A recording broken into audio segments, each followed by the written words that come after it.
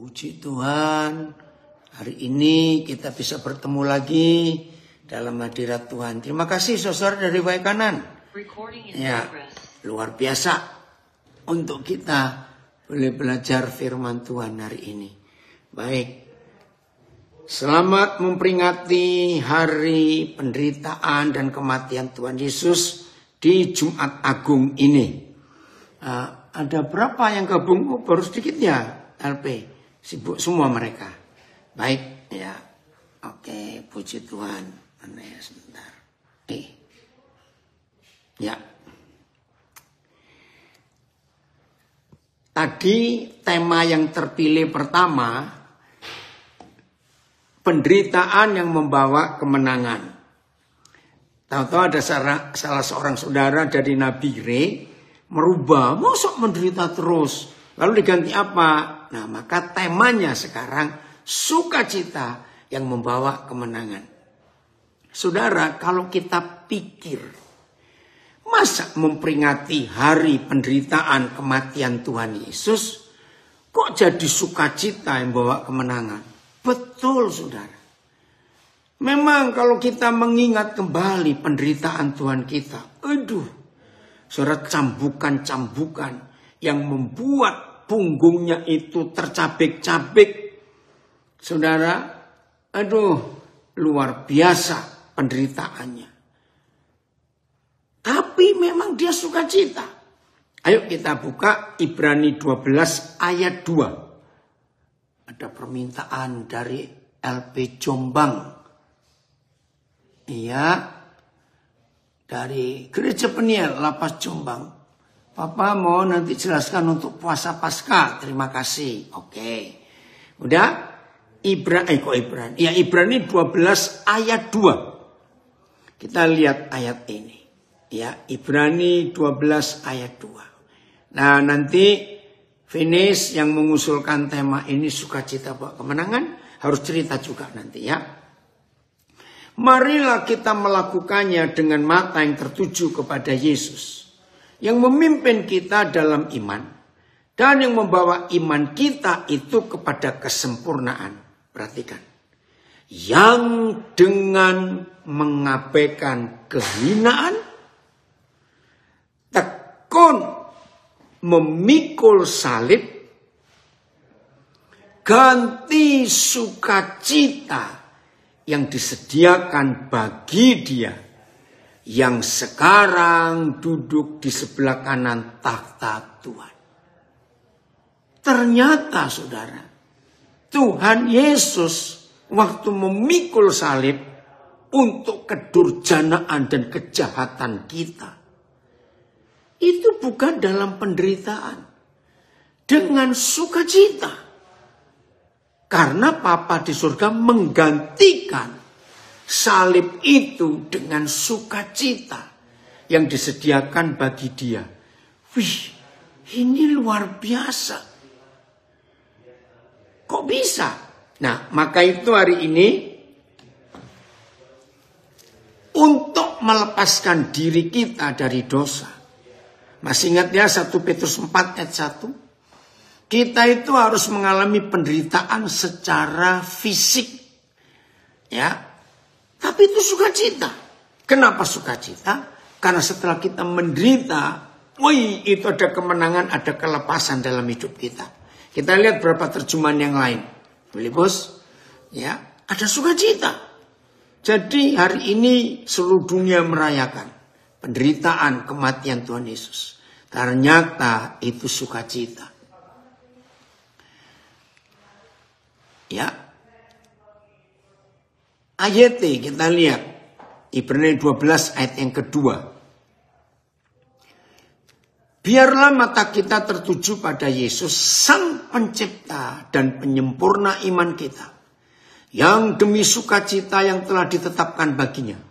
Yang demi sukacita yang telah ditetapkan baginya, rela menanggung salib dan mengabaikan kehinaan salib itu.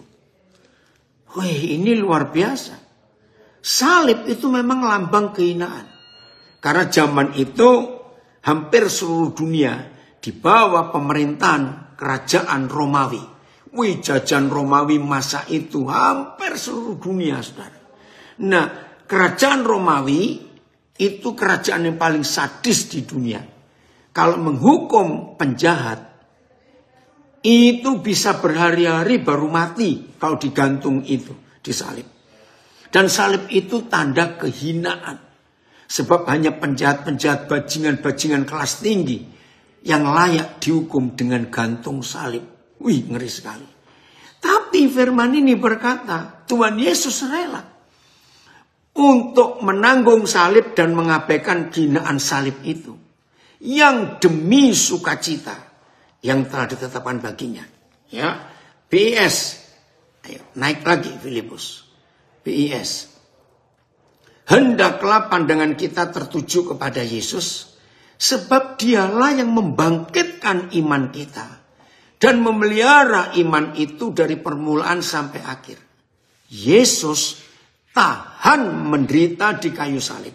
Tahan loh. Berarti dia rela. Ia tidak peduli bahwa mati di kayu salib itu adalah suatu hal yang memalukan. Memang memalukan. Aduh, saudara. Saya cerita sedikit ya. Dalam sejarah kerajaan Romawi. Ya, kalau Indonesia beda. Bahkan negara-negara lain. Amerika, Malaysia, ya masih ada beberapa negara yang menjalankan hukuman mati bagi para penjahatnya. Itu selalu di tempat yang tertutup dan rahasia. Tapi pemerintahan Romawi tidak. Justru kalau mereka ingin menghukum mati penjahat, itu sengaja dicarikan di sebuah tempat yang ramai. Orang bisa lalu lalang. Dicarikan tempat yang paling strategis. Untuk apa? Sengaja.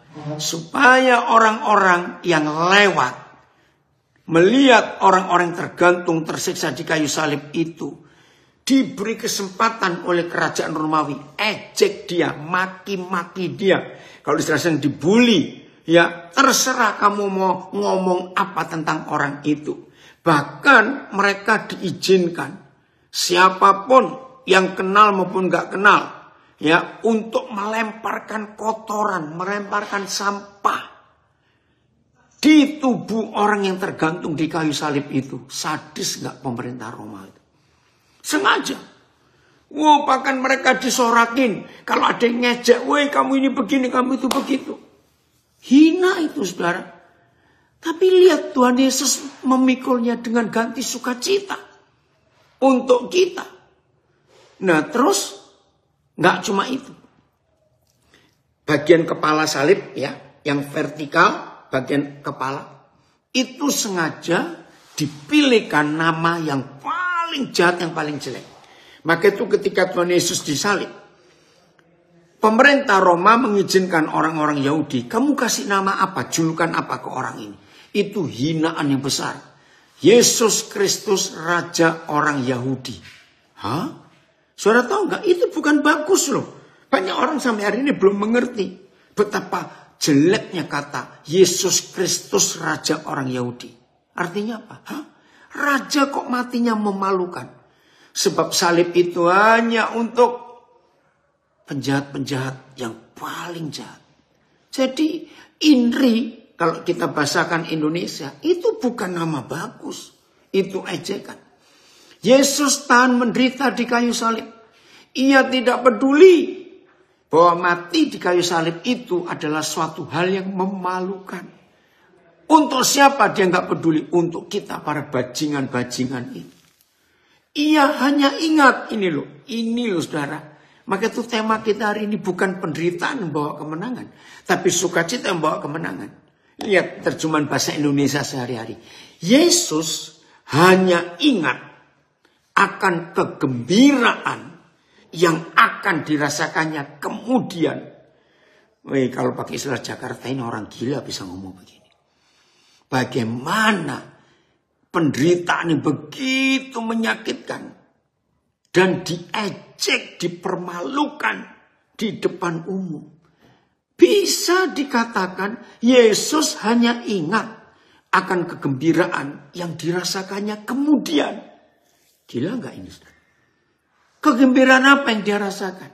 Karena lewat penderitaan kita, orang lain akan diselamatkan. Sekarang ia duduk di sebelah kanan takhta Tuhan dan memerintah bersama dengan dia.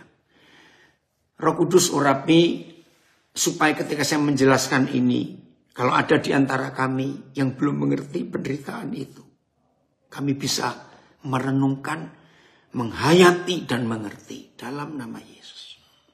Saudara perhatikan. Hukuman salib itu nggak ada negara yang pernah memiliki kecuali kerajaan Roma. Dan sekarang nggak mungkin diizinkan hukuman salib itu karena terlalu sadis. Cara mereka mati, ya lihat Amerika pakai suntik atau pakai strom, ya. Di Indonesia, Malaysia pakai tembak, dan itu harus di bagian dada kiri langsung kena jantung. Tapi kerajaan Romawi salib itu ngeri, matinya bisa dua-dua. Salah satu dari dua hal atau dua hal itu. Yang pertama, mereka yang tergantung di salib, matinya itu pelan-pelan. Ini menderita sekali loh. Darah mereka, para hukuman mati itu, habisnya pelan-pelan. Ya, karena lukanya kan gak banyak. Paku, ya ini memang pakunya saudara bukan di telapak tangan. Enggak. Kalau telapak tangan langsung lepas ya, kena jari-jari. Tapi pakunya itu pas di pergelangan tangan. Ini pusat nadi. Bayangkan masuk paku. Jadi darahnya pelan-pelan keluar. Punggungnya, kakinya. Nah itu mati yang pertama. Penderitaannya luar biasa. Mati yang kedua, cara mati kedua. Itu jantung dan paru-paru pecah. Kenapa pecah? Karena digencet oleh tulang iga, tulang dada ini. Merosot. Maaf, supaya memperjelas, tapi jangan tersinggung. Untuk memperjelas mati yang kedua, jantung dan paru-paru meledak. Begini loh. Kalau yang dihukum mati itu orang gemuk, matinya pasti cepat. Karena berat badannya itu maaf. Nah, terus bagaimana cara mereka untuk nggak mati-mati? Mereka bertahan di atas kayu salib itu untuk nggak merosot badannya ini.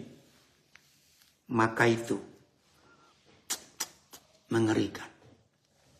Ketika hari itu 3 orang yang dianggap penjahat disalibkan. Masih ingat firman Tuhan menulis? Para tentara Romawi itu nggak percaya. Loh, mungkin ya. Tentara-tentara Romawi itu sudah beberapa kali melihat orang dihukum mati. Itu hampir nggak pernah ada yang matinya cuma dalam waktu 3 jam terus mati. Yesus cuma 3 jam. Masih ingat 6 jam. Jam 9 sampai jam 3. Itu nggak pernah ada. Maka itu ketika mereka melihat Tuhan Yesus sudah menyerahkan nyawanya. Mereka nggak percaya. Nah apa buktinya mereka nggak percaya? Salah satu tentara Romawi itu, masih ingat, nusuk lambung kiri. Kenapa ditusuk? Karena untuk ngecek ini mati benar atau pura-pura mati. Karena belum pernah mereka melihat ada penjahat yang rela mati seperti Tuhan Yesus. Ini lokasi yang luar biasa. Nah, begitu ditombak, Alkitab menulis keluar air bercampur darah dari lambung itu. Nah secara medis, di lambung itu nggak ada darah, nggak ada air, cuma darah. Lalu airnya itu dari mana? Saudara, di sini kita melihat setiap ibu yang melahirkan pasti akan keluar air campur darah atau darah campur air. Saudara tahu? Hari dia mati, gereja itu lahir. Itu luar biasa. Maka itu ketika lambungnya ditusuk keluar air dan darah, karena Yesus melahirkan gereja. Nah, setelah mereka yakin Yesus mati, Lalu tentara-tentara Romawi ini, lihat yang di kiri kanannya. Wih, kok nggak mati-mati orang ini? Oh, dari Banjarmasin diingatkan. Betul, terima kasih. Nah, Yesus itu ditelanjangi loh, saudara. Maka itu nggak mungkin ada gambar yang betul, lukisan yang tepat. Dari mana kita tahu? Akhirnya jubah Yesus yang dipakai itu kan ditarik oleh prajurit Romawi, lalu dipotong, dibagikan kepada yang lain. Jadi ditelanjangi. Terima kasih Ed untuk nuliskan ini. Begitu hinanya dia mati sampai ditelanjangi, tapi itu sukacita sebab kita lahir. Oke, saya lanjutkan. Nah, begitu tentara Romawi ini sampai kedua penjahat yang di kiri kanan Tuhan Yesus. Wah, nggak mati-mati orang ini. Nah, hari itu hari Jumat. Sebentar lagi, ya buat orang Yahudi, 30 menit sebelum matahari terbenam, itu masuk Sabat. Nah, mereka tidak mau melihat tentara Romawi membiarkan ada orang yang tergantung di situ. Karena buat mereka kalau sampai hari Sabat masuk dan ada mayat, itu najis. Harus dikuburkan cepat-cepat. Nah, bagaimana cara mereka supaya dua orang ini cepat mati? Masih ingat saudara? Lutut mereka diremukkan. Kenapa diremukkan? Itu tadi. Kalau mereka terlalu kuat fisiknya, jadi mereka nggak bisa merosot badannya, lalu paru-paru dan jantung nggak bisa kegencet, kan nggak mati-mati nih orang. Maka itu diremukkan lutut mereka, dua orang itu. Langsung mati saudara.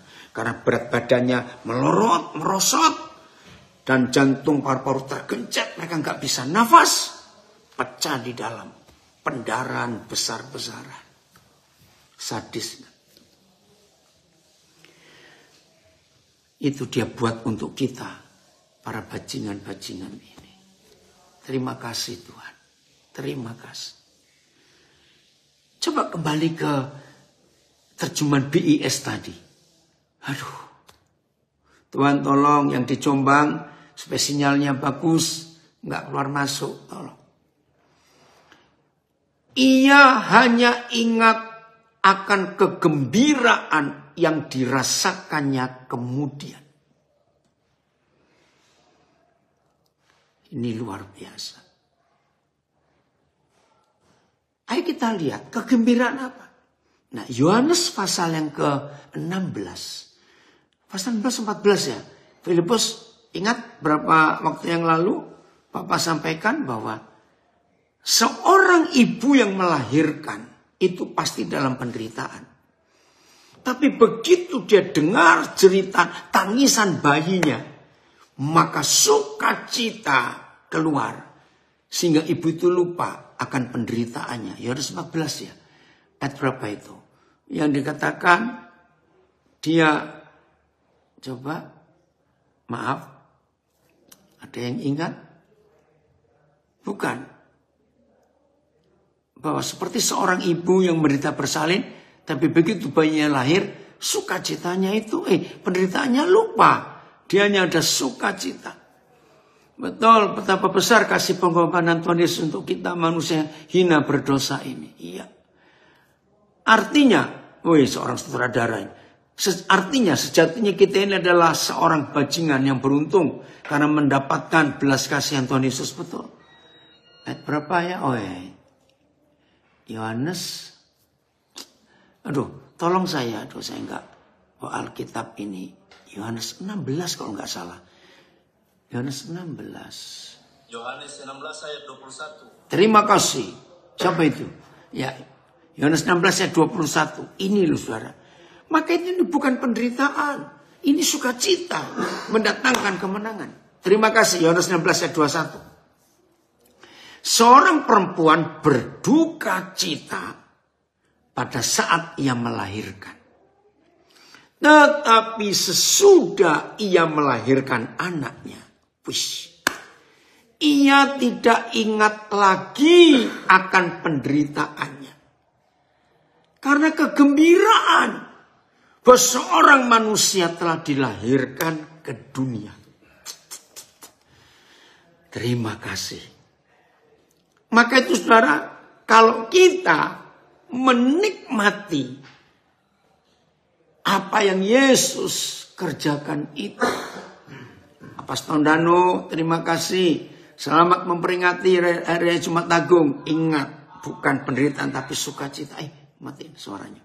Jadi Yesus itu ketika hadir maros, puji Tuhan, dia bersukacita dalam penderitaannya. Karena dia tahu waktu dia menderita itu kita ini lahir. Gereja itu lahir. Kita diselamatkan. Dan kita lahir dalam kerajaan surga. Itu loh sukacita yang luar biasa. Ayo hari ini kita bersukacita karena ada yang lahir. Oke, lihat terjemahan yang lain. Ibrani 12 ayat 2. Sekarang TSI. Terima kasih Bapak. Engkau membuat kami bersukacita dalam penderitaan kami karena ada orang-orang yang dilahirkan. Oke, Nislov. Makasih ya, Yohanes 16 ayat 21. Hebat. Dalam pertandingan ini hendaklah mata kita terus memandang ke depan. Yaitu kepada Yesus. Dialah perintis dan pahlawan iman yang terutama bagi kita. Dan yang sudah menyelesaikan pertandingannya. Dengan sempurna. Wih, hebat. Yesus tabah menahan penderitaan yang sangat memalukan di kayu salib. Karena dia terus memandang ke depan. Kepada sukacita yang sudah disediakan baginya di kemudian hari. Wih, hebat sekali. Saya ulangi. Yesus telah menahan penderitaan yang sangat memalukan di kayu salib. Karena dia terus memandang ke depan. Kepada sukacita yang sudah disediakan baginya di kemudian hari. Ada apa di kemudian hari? Ada penjahat-penjahat seperti kita. Itu dilahirkan dalam kerajaan surga. Itu sukacita yang luar biasa. FAYH-nya Filipus. Coba lihat FAYH. Oh, terima kasih Bapak untuk kasih-Mu yang luar biasa ini. VMD-nya apa ya? Coba VMD. Ya, VMD ya. Marilah kita selalu mengikuti teladan Yesus. Ia adalah pemimpin iman kita. Ia menyempurnakan iman kita. Ia telah menderita kematian di kayu salib. Tetapi ia menerima kehinaan salib itu seakan-akan bukan apa-apa. Ia melakukannya karena sukacita yang disediakan baginya. Garis bawahi. Ia melakukan penderitaan, kehinaan mati di salib itu karena VMD-nya dulu ya, karena sukacita yang disediakan baginya. Ya sudah, ada sukacita. FAYH-nya, FAYH, Filipus, ya. Lihatin. Arahkanlah pandangan saudara kepada Yesus, pemimpin dan pelatih kita. Ia telah rela mengalami kematian yang hina di kayu salib. Karena ia tahu bahwa kelak akan ada sukacita baginya. Haleluya. Dan sekarang ia duduk di tempat kemuliaan di sebelah kanan takhta Tuhan. Sukacita. Saudara, ya, karena ia tahu bahwa kelak akan ada sukacita baginya. Semua kita tahu. Yohanes 3:16 adalah inti, esensi, pusat dari seluruh Alkitab. Saya ulangi. Yohanes 3 ayat 16 adalah esensi, adalah inti, adalah pusat dari seluruh Alkitab dan dari seluruh rencana keselamatan besar yang Bapa di surga kerjakan untuk kita di dunia. Sebab Alkitab tanpa Yohanes 3 ayat 16, maka Alkitab kita tidak beda dengan kitab suci agama apapun di dunia. Sebab semua kitab suci agama apapun di dunia pasti mengajarkan kebaikan, pasti mengajarkan yang etika yang baik. Betul. Tapi bedanya, nggak ada Tuhan yang mau mati. Seperti Yesus Tuhan kita. Bontang, puji Tuhan hadir juga. Tapi Yohanes 3 ayat 16 tidak akan ada artinya tanpa 1 Yohanes 3 ayat 16. Ayo kita buka 1 Yohanes 3 ayat 16. Jadi kita tidak boleh hanya sibuk menghafalkan Yohanes 3:16. Karena begitu besar kasih Tuhan akan dunia ini, sehingga diberikannya Yesus anak yang tunggal itu, supaya barang siapa yang percayakan dia tidak binasa, melainkan beroleh hidup yang kekal. Betul. Karena Yohanes 3:16 lah saudara dan saya jadi kekasih-kekasih Tuhan, mantan-mantan bajingan seperti ini. Tapi Papa nggak ingin kita hanya stop di Yohanes 3:16. Papa ingin kita lanjut. Luar biasa penulisan ini. Ditulis oleh Rasul yang sama, Rasul Yohanes. Di angka pasal yang sama, pasal 3. Dan di ayat 16, angka yang sama. Wih, Grace, hohatat meteo. Opa Blay, kamu ada di sini hari ini. Ini cucu saya, ikut belajar. Demikianlah kita ketahui kasih Kristus. Woi, sahabat saya, Paul Tapilatu. Orang hebat ini. Ya. Demikianlah kita ketahui kasih Kristus. Yaitu bahwa ia telah menyerahkan nyawanya untuk kita, puji Tuhan. Inilah Yohanes 3:16. Titik koma. Ada kalimat pendek setelah itu yang membedakan Yohanes 3:16. Jadi saudara dan saya pun wajib menyerahkan nyawa kita untuk saudara-saudara kita. Wajib. Dalam bahasa Inggris ada dua kata. Seperti Indonesia. Ada kata harus, itu must. Ada kata wajib, itu ought to.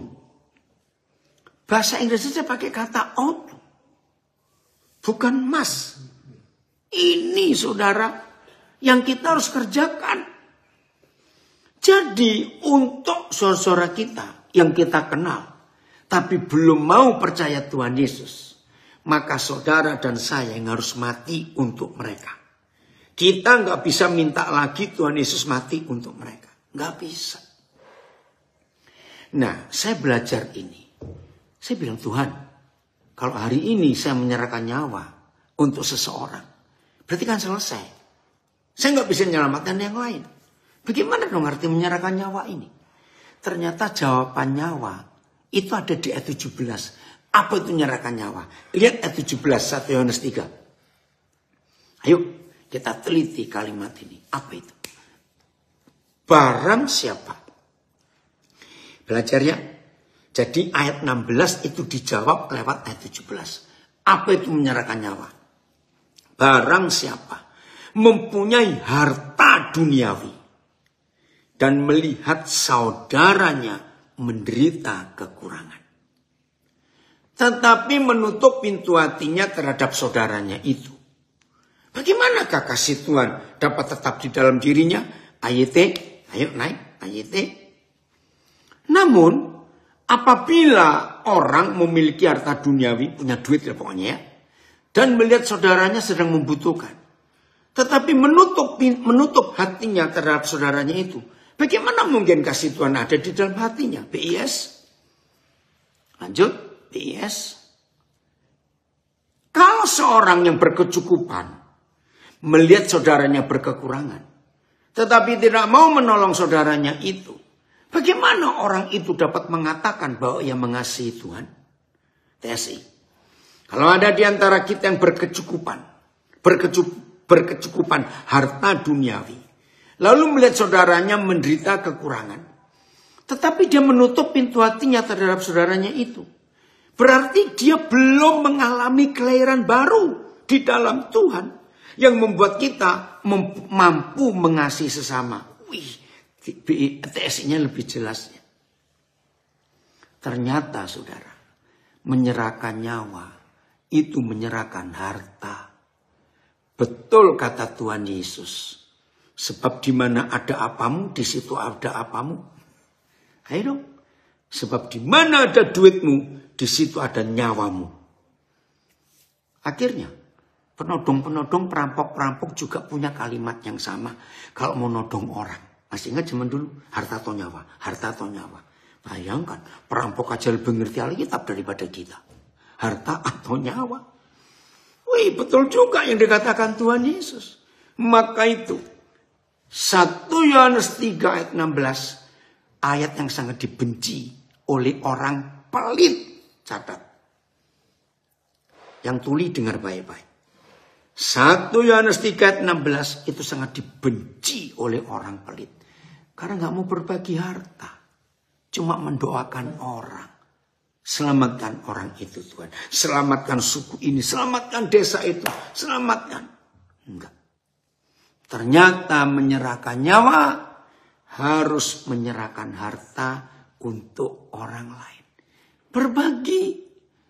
Wih, orang hebat dari Brisbane ikut gabung. Thank you kalau dia. Ya. Wih, Pak hamba Tuhan hebat dari Nabire. Pak Edo Odo ikut gabung. Menyerahkan nyawa itu menyerahkan harta, suka berbagi. Saya cuma bersaksi ya. 2 jam yang lalu. Ya, 2 jam yang lalu. Kami suami istri diajak oleh salah seorang anak kami di sini untuk ngopi ke kafe sambil nunggu jamnya Zoom ini. Masih ada waktu. Nah, begitu kami masuk ke kafe itu, di depan kafe itu kami disapa oleh seorang. Ya. Dan kami tuh bingung ini orang nyapa. Nah, saya nggak tahu juga kerjaannya, tapi dia tanya, apakah kamu itu pencinta hewan? Ya, animal lovers? Ya, saya bilang, tapi nggak tahu tuh apa yang dikerjakan. Ya udah, cuma begitu saja. Orangnya ramah sekali. Nah, kami tuh agak lama di kafe itu, 1 jam lebih. Karena masih menunggu 3 orang lagi yang datang. Begitu kami selesai, karena kami harus siap-siap untuk Zoom. Loh, orang itu masih di depan situ. Senyum lagi kepada kami. Hati saya tergerak. Ketika anak saya dan istri mau ke mobil ke tempat parkir, saya tanya lagi, kamu ingin minum sesuatu enggak? Dia jawaban pertama, are you sure? Kamu yakin mau belikan aku? Iya. Sebab kami lihat kamu dari tadi di sini. Dia senangnya luar biasa. Terus saya ajak masuk kembali ke kafe itu. Dia itu milih lama. Saya tahu, dia tahu diri. Terus saya bilang, kenapa saya bisa tahu? Dia pilih cari yang paling murah. Lalu saya bilang pada dia, you choose the best you want to. Pilih yang paling kamu suka, mahal pun saya akan bayar. Saudara, waktu saya berkata itu, dia ngeliatin saya. Dia tanya, kamu itu siapa dan kerja apa? Ya saya bilang, aku pendeta dari Indonesia. Oh iya? Nah, saya nggak usah tanya agama apa-apa. Masih ingat saudara, berapa waktu yang lalu ada foto anak perempuan, wajahnya kotor karena dia homeless, tunawisma. Dia bertanya ada orang yang dekati dia, tanya, agamamu apa? Anak ini jawab, aku lapar. Wih, itu kalimat yang luar biasa, sudahlah. Kalau mau nolong orang jangan tanya agamanya apa, nggak penting. Saudara, begitu dia milih. Saya tahu, bukan itu, dia milih 1 kue. Saya bilang, coba pilih makanan apa kamu? Nah, karena dia pecinta binatang, maka dia pilih yang vegetarian. Ya, yang sayur itu. Pilihkan itu. Maaf, saya cuma cerita. Kembali dia tanya, yakin kamu mau belikan aku yang semahal ini? Ya. Saudara, saya cuma cerita. Begitu dihitung, dia pesan 3. 1 kopi, 1 kue, 1 makanan. Hampir $30 saya bayar. Dia kaget. Begitu saya bayar, ini yang membuat saya kaget. May I hug you? Boleh nggak aku peluk kamu? Ya udah, dia minta peluk, ya saya peluk. Di depan orang banyak itu. Kapan terakhir kali saudara berbagi nyawa untuk orang lain? Dalam hidup ini. Luar biasa bukan? Nah itulah. Dan setelah saya memberikan itu, hati saya bisa bersuka cita. Karena saya bisa memberkati seseorang. Nah, pas kami mau ke tempat ini, ternyata mobilnya anak saya ini harus melewati dia lagi. Wah, terus begitu dia tahu pas di lampu merah sebabnya. Nah, salah satu kontak, dia minta alamat Instagram saya. Saya kasih, ini saya belum ngecek. Dia sudah dapat atau belum. Dia tuh merasa heran. Maaf ada yang batuk di sini. Dia tuh merasa heran, kok bisa ada orang gak kenal seperti ini. Bersyukur kepada Tuhan. Maka itu saudara, musuh Injil itu bukan setan. Catat ini. Musuh Injil itu orang Kristen pelit. Catat baik-baik. Waduh, yang tanya, ya Nandi, lagi di LA kami. Itulah yang dunia harus tahu. Yang dunia cari. Kapan kita jadi berkat buat orang? Gak usah tanya agamamu apa. Jadi jelas ya. Sukacita itu menghasilkan keselamatan. Walaupun kitanya harus menderita. Karena berbagi nyawa itu sama berbagi harta. Berat loh saudara. Tapi ayo. Kita percaya untuk hal itu. Maka itu tidak ada penderitaan. Yang kita bisa rasakan menderita. Kalau hasil kita menderita. Itu ada yang lahir dalam kerajaan surga. Saya ulangi. Tidak ada perempuan yang melahirkan tanpa penderitaan. Tapi begitu dia mendengar tangisan bayi yang dia lahirkan. Maka penderitaannya hilang. Karena satu nyawa, satu jiwa lahir ke dunia. Begitu pula kita. Kalau kita mau berbagi. Hasil keringat misalnya. Susah payah. Tapi mau berbagi. Wih, itu luar biasa kalau ada orang yang diselamatkan. Dan orang itu dilahirkan dalam kerajaan surga. Nggak ada bandingannya. Antara yang kita derita dengan sukacita karena ada yang lahir dalam kerajaan surga. Ngerti nggak maksud ini saudara? Harusnya seperti itu kita. Oh, apa Jombang kembali lagi, puji Tuhan. Tuhan tolong ya. Sinyal kalian di LP Jombang itu tidak terganggu. Ayo, mulai hari ini kita melihat, menikmati hal ini dalam kehidupan kita. Bahwa dalam penderitaan itu ternyata ada sukacita. Karena ada orang yang diselamatkan, dilahirkan dalam kerajaan surga. Dan menerima sesuatu dari Tuhan. Hebat sekali bukan? Kasih Tuhan itu. Nah ini yang Tuhan cari. Di antara kita semua. Ayo kita menyerahkan nyawa. Untuk kita jadi berkat. Buat banyak orang yang ada di sekitar kita ini. Kita lanjut. Oh terima kasih Bapak. Hari ini kalau kami memperingati penderitaan dan kematian Tuhan Yesus. Ternyata ada sukacita yang luar biasa. Dan itu bukan soal penderitaannya. Terima kasih untuk itu. Roma 8. Ayat 17. Betul, Hana memberi itu menderita. Oh, ini kalimat bagus ini ya. Ini orang Banjarmasin ini. Memberi itu menderita. Tetapi tidak memberi lebih menderita. Wah, tolong dicatat ya. Ini kalimat dari Banjarmasin. Saya ulangi, makasih Han. Memberi itu menderita. Tapi tidak memberi lebih menderita. Ya, tapi orang pelit gak rasa luhan penderitaan yang lebih menderita itu. Karena sekebal hatinya. Maaf. Yang tersinggung itu orangnya. Gitu aja sudah. Setuju? Ada yang komen ini. Menolong orang juga ditanya dari suku mana. Gak usah. Pokoknya dia orang. Ayo kita bagi. Udah? Roma 8 ayat 17.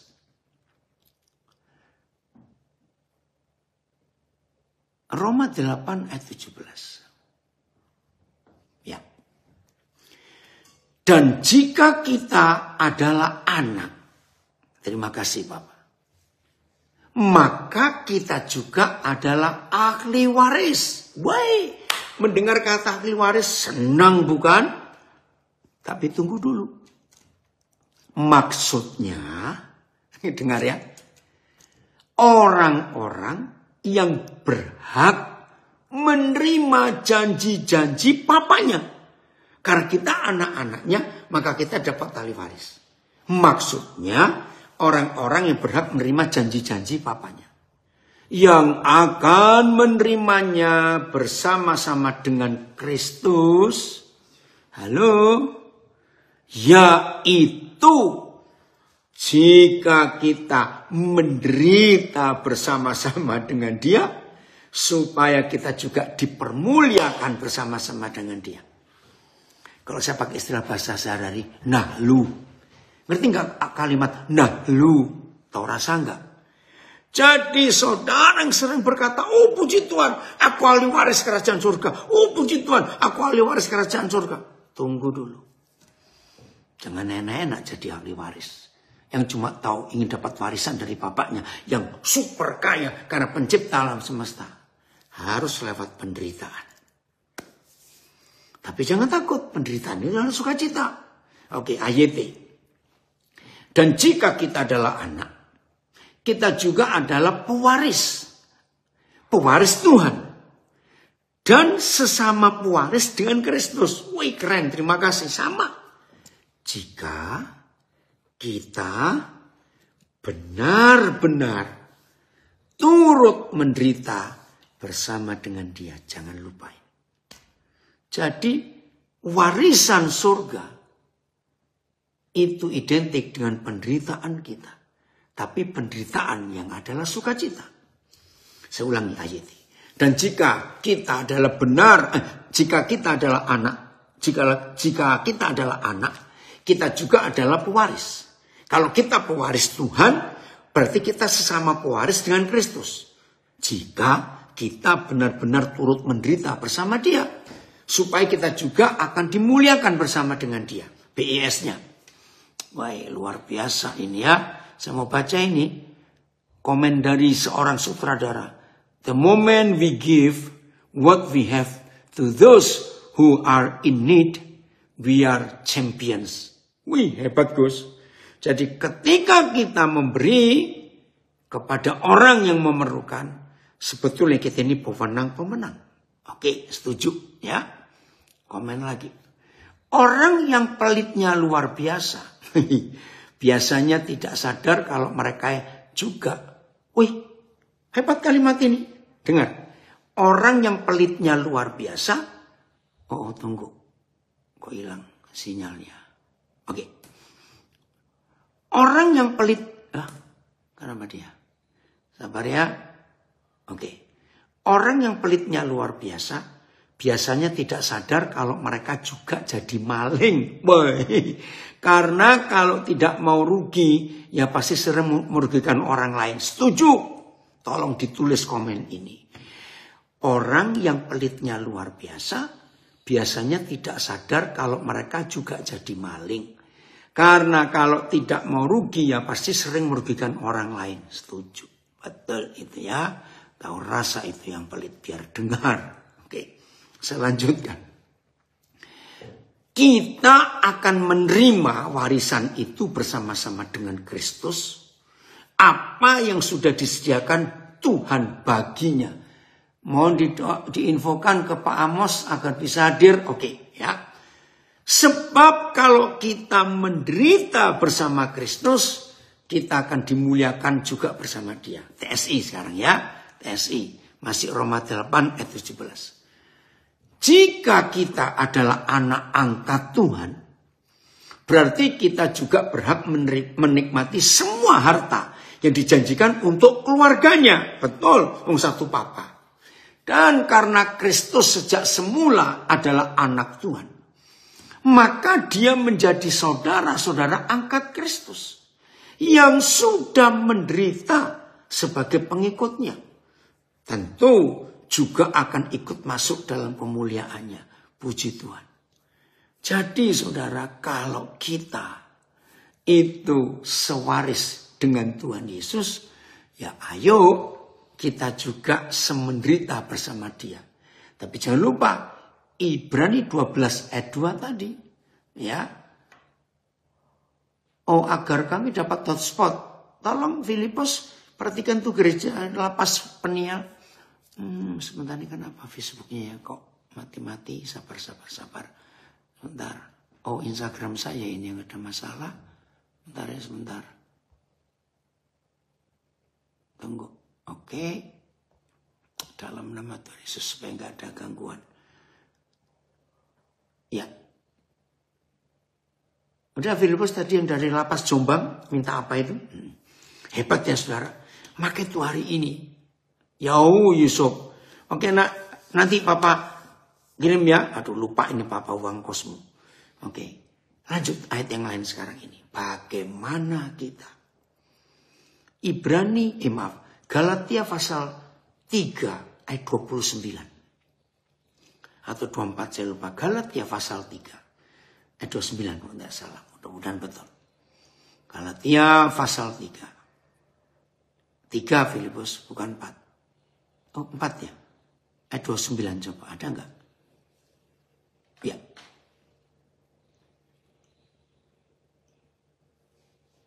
Oke. Terima kasih. Dan jikalau saudara dan saya adalah milik Kristus, maka kita juga adalah keturunan Abraham.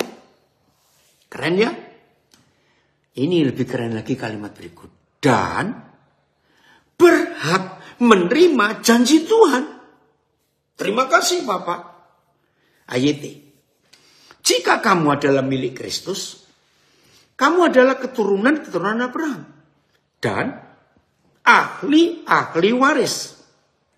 Sesuai dengan perjanjiannya. Terima kasih. PS. Jangan lupa ya, ahli waris dan berhak menerima janji.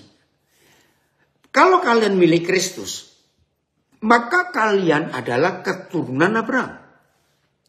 Dan kalian akan menerima apa yang dijanjikan Tuhan kepada Abraham. Itu maksudnya sewaris ya, sewaris. TSI. Dan sebagai milik kepunyaan Kristus, maka melalui Kristus, kita semua menjadi keturunan Abraham. Haleluya. Yang mewarisi janji Tuhan. Terima kasih Bapak. Setuju ya? Pasti setuju dong. Sewaris kok dapat warisan. Tapi tunggu dulu loh. Tunggu dulu. Abraham tidak sekedar menerima warisan itu. Lihat proses ujiannya dalam hidupnya. Masih ingat ya? Dan ujian akhir Abraham. Anak satu-satunya. Diminta. Oke, ada tambahan. 1 Korintus 13 ayat 8. Tetaplah memberi dan jangan pernah berhenti memberi.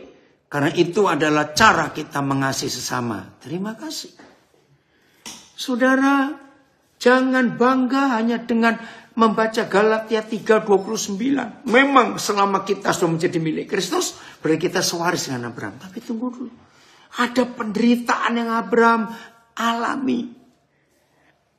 Saudara, coba renungkan.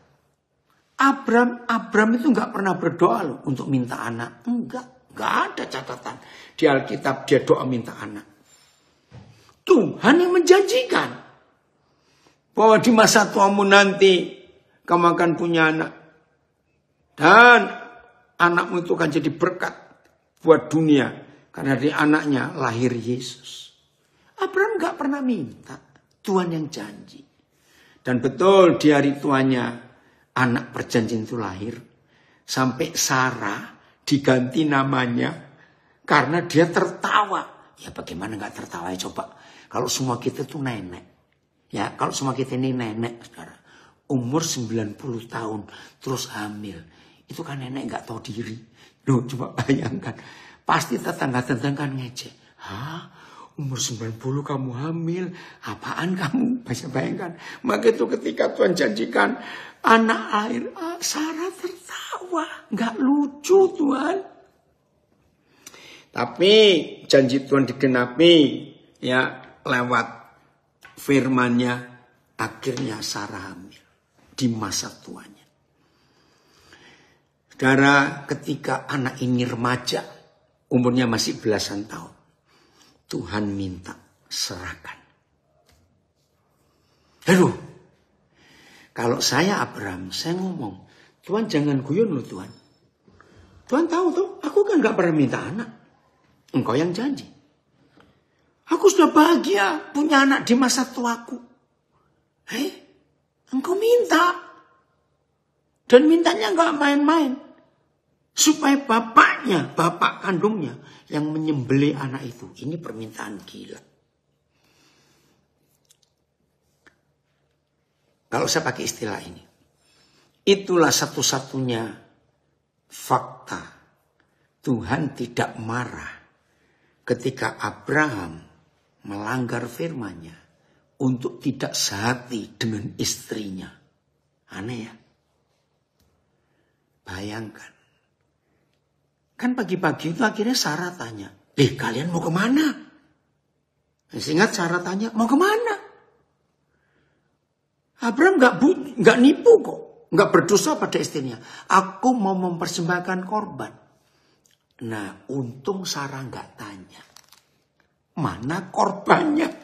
Ini kalau sampai Sarah tanya, Abraham mungkin bohong, saya nggak tahu lah. Untung nggak tercatat di Alkitab. Jadi jangan tanya saya. Kalau ketemu Abraham tanya sendiri. Untung Sarah nggak tanya mana korbannya. Ya karena Sarah sudah melihat Abraham coba kayu bakar, bawa semuanya. Terima kasih Bapak. Maka itu maaf. Orang pelit sering nggak dapat perhatian Tuhan. Halo, yang pelit sadar. Maaf. Kenapa saya berani berkata orang pelit sering nggak dapat perhatian Tuhan? Ya karena kalau diajak Tuhan minta ini minta itu alasannya banyak. Belajar dari peristiwa ini. Maka itu penderitaan kita. Itu kita memberi dengan sakit. Mau izin keluar, mau ibadah, si Bolga, lanjutkan, Tuhan berkati. Setuju ya Gus? Ini bilang ada setuju. Jadi hari ini memperingati Jumat Agung, hari penderitaan kematian Yesus. Itu bukan menderita, ada sukacita. Karena lahir jiwa-jiwa yang diselamatkan. Terima kasih Bapak. Ayo semua kita menikmati ujian Abraham. Walaupun ada penderitaan. Woi Pak Pendeta Fira Andoko senang sekali bertemu di Facebook ini. Tuhan menyatakan kemuliaannya. Kalau kita nggak pelit mau berbagi saudara. Tadi pagi ini kesaksian. Saya ketemu seorang. Dari mana ini? Tolong temanya sukacita yang menghasilkan kemenangan. Nah, tadi pagi ketemu seorang yang hidupnya itu pernah narkoba, sabu, macam-macam.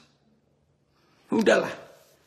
Tapi dalam pertobatannya, Tuhan sekarang angkat hidupnya luar biasa. Dan dia jadi berkat di mana-mana. Ayo hari ini merayakan, memperingati hari penderitaan kematian Yesus. Kita punya konsep yang benar.